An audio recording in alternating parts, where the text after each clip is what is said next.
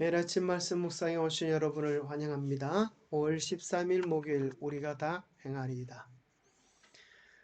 생각할 문제, 언약에 대한 이스라엘의 반응은 어떠했습니까? 왜 행함으로는 하나님 앞에 받으신 바 되게 할 수 없을까요? 오늘 우리에게 주는 교훈은 무엇입니까? 언약에 대한 이스라엘의 반응은 어떠했습니까? 하나님께서 이스라엘 백성과 언약을 맺으시고 또 백성들이 응답하여 이르되 여호와께서 명하신 대로 우리가 다 행하리이다. 모세가 백성의 말을 여호와께 전하매 하나님 내용은 얼핏 보면 모든 것이 잘 된 것처럼 보입니다. 무엇이 문제였습니까? 성경은 이렇게 이야기합니다. 의의 법을 따라간 이스라엘은 율법에 이르지 못하였으니 어찌 그러하냐? 이는 그들이 믿음을 의지하지 않고 행위를 의지함이라. 부딪힐 돌에 부딪혔느니라. 하나님의 의를 모르고 자기 의를 세우려고 힘써 하나님의 의에 복종하지 아니하였느니라. 그러므로 너희는 두려워할지니 그의 안식에 들어갈 약속이 남아 있을지라도 너희 중에는 혹 이르지 못할 자가 있을까 함이라. 그들과 같이 우리도 복음 전함을 받은 자이나 들은 바 그 말씀이 그들에게 유익하지 못한 것은 듣는 자가 믿음과 결부하지 아니함이라. 그들은 생각하기에 그들 스스로의 힘으로 하나님의 계명을 넉넉히 지킬 수 있을 것처럼 착각했습니다. 그들의 행위로서 그들은 자기 의를 세우려고 하나님께서 준비해 놓으신 구원의 계획에 복종하지 아니했습니다.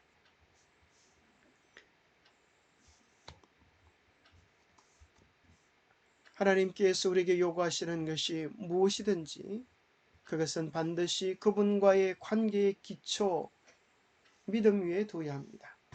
믿음이 기초가 되고 그 위에 행위가 따라야 합니다. 아무리 동기가 순수하고 진지하고 헤아릴 수 없이 많은 행위를 쌓는다고 할지라도 행위만으로는 거룩하신 하나님 앞에 받으신 바 되게 할 수 없습니다. 이 사실은 이스라엘 당시에나 지금 우리에게나 마찬가지입니다. 아담은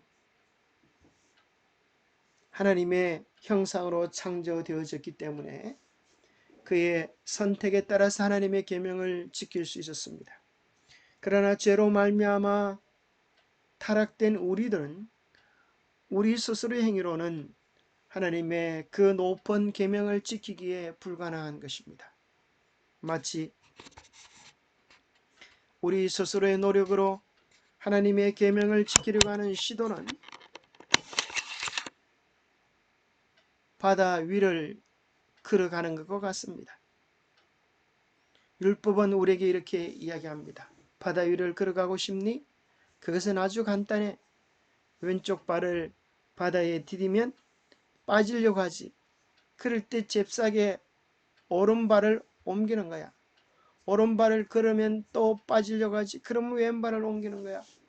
오른발 왼발 오른발 왼발 이렇게 하면 태평양도 건너갈 수 있어.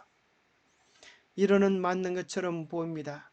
그러나 문제는 우리에게 그렇게 할 수 있는 능력이 없는 것입니다. 아무도 예수 그리스도를 힘입지 않고는, 아무도 성령의 도우심을 힘입지 않고는 믿음대로 살기란 불가능한 것입니다. 그래서 우리의 행함은 하나님의 도움이 없는, 하나님을 의지하지 않는 우리 행함은 하나님 앞에 받으신 바 될 수 없는 것입니다. 이사야 53장 6절에 우리는 다 양 같아서 그릇 행하여 각기 제 길로 갔거늘 여호와께서는 우리 모두의 죄악을 그에게 담당시키셨다 하셨습니다. 무릇 우리는 다 부정한 자 같아서 우리의 의는 다 더러운 옷 같으며 우리는 다 잎사귀같이 시들므로 우리의 죄악이 바람같이 우리를 몰아갑니다. 모든 사람이 죄를 범하였으며 하나님의 영광에 이르지 못하는 죽음의 상태, 절망의 상태에 이르게 된 것입니다.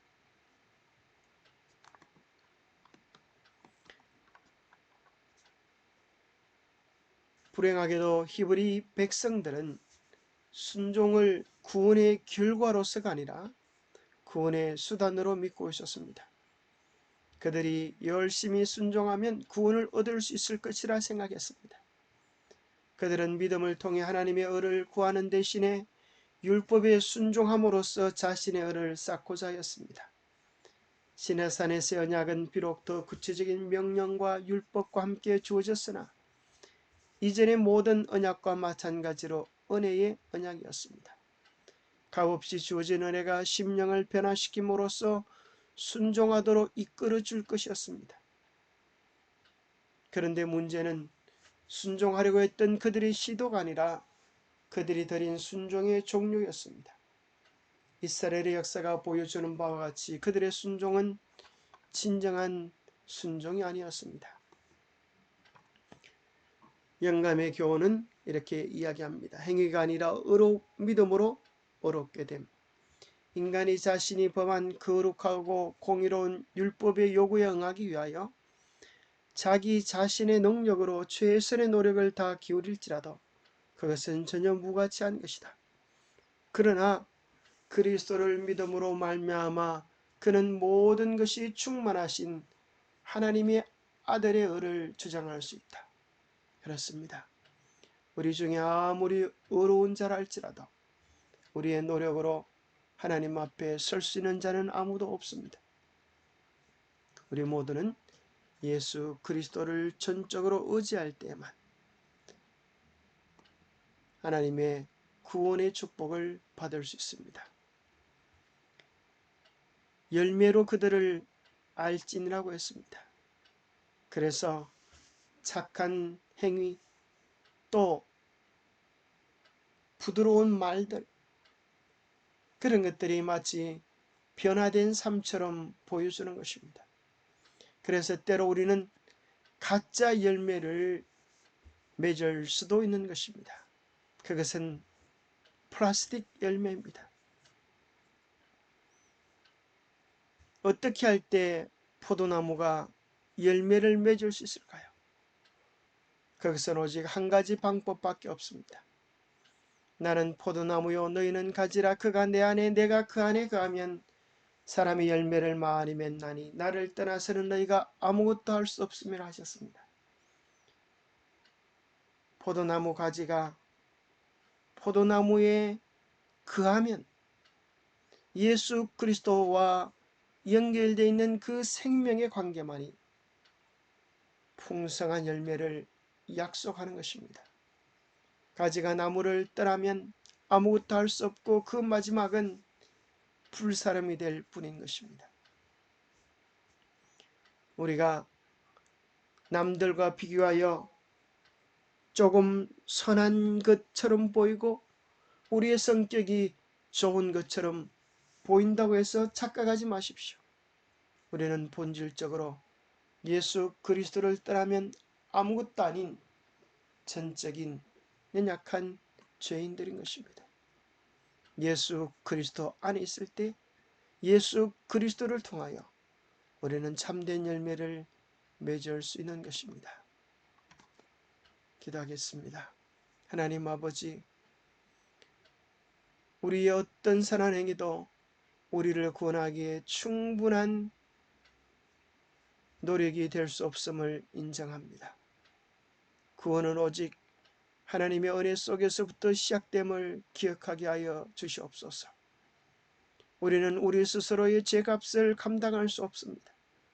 주님의 십자가만이 우리의 죄를 감당하기에 넉넉합니다. 우리는 우리 스스로 죄된 욕망을 이길 수 없습니다. 성령님이 우리를 다스리고 주관하실 때, 성령님께 우리 자신을 굴복시킬 때 성령님의 권세만이 우리에게 죄를 이길 수 있는 힘을 줄 것입니다. 오 주님, 우리로 하여금 홀로 내버려 두지 않게 하시고 하나님과 깊은 관계 속에서 하나님의 진정한 능력을 통하여 죄를 이기고 승리하는 그리스도인의 삶을 살아갈 수 있도록 도와주시옵소서. 주님과 연결됨으로 인한 참된 열매가 우리의 삶에 가득하게 하셔서 주님 오실 때에 칭찬받는 당신의 귀한 자녀들이 되도록 도와주셨기를 우리 주 예수 그리스도 이름 어지하여 간절히 간구하옵나이다. 하나님의 깊은 사랑으로 기초되지 않은 우리의 결심은 금방 들통이나 버리고 맙니다. 마치 모두 다 줄을 뿌릴지라도 나는 끝까지 따르겠노라 말했던 베드로의 결심처럼 허망한 것입니다. 매일 주님과의 깊은 교제의 축복을 누리는 우리의 삶이 되기를 간절히 바랍니다. 감사합니다.